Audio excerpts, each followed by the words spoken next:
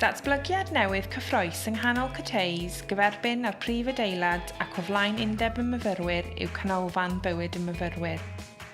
Bydd yn gartref newydd ar gyfer gwasanaethau cefnogi myfyrwyr y Brifysgol, gan gynnwys eich dyfodol, cyfleoedd byd-eang, cyngor gyrfaoedd ac arian, iechyd a lles, cyngor ynghylch byw yng Nghaerdydd a llawer mwy. Ar hyn o bryd, mae llawer o weithgarwch tra bod y safle'n cael ei chlirio a'i pharatoi ar gyfer dechrau'r gwaith adeiladu. Mae'n anochel y bydd rhywfaint o darfu, ond mae'r Brifysgol yn gweithio'n agos a'n contractwyr i gadw'r sŵn mor isel â phosibl ac i sicrhau bod staff, myfyrwyr a'r cyhoedd yn ddiogel. Cynhelir prosiect Canolfan Bywyd y Myfyrwyr mewn partneriaeth ag undeb y myfyrwyr, ac mae sawl un o lywyddion yr undeb wedi cyfrannu at dyluniad a datblygiad y ganolfan.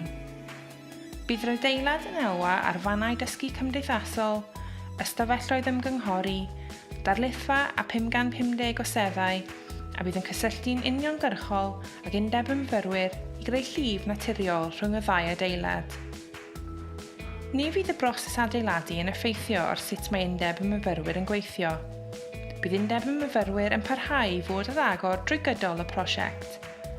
Bydd Canolfan Bywyd y Myfyrwyr hefyd yn dod ag amrywiaeth o gyfleoedd newydd, ac yn galluogi'r Brifysgol a'r undeb i gydweithio mwy i gefnogi myfyrwyr mewn un lleoliad.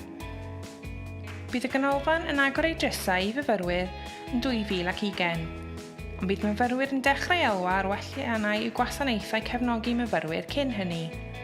Bydd y newidiadau yn gwneud y gwasanaethau'n fwy cyfleus a hygyrch, gyda chynnwys gwell, mynediad ar-lein, 24 awr, oriau agor estynedig a mwy o opsiynau hunan wasanaeth.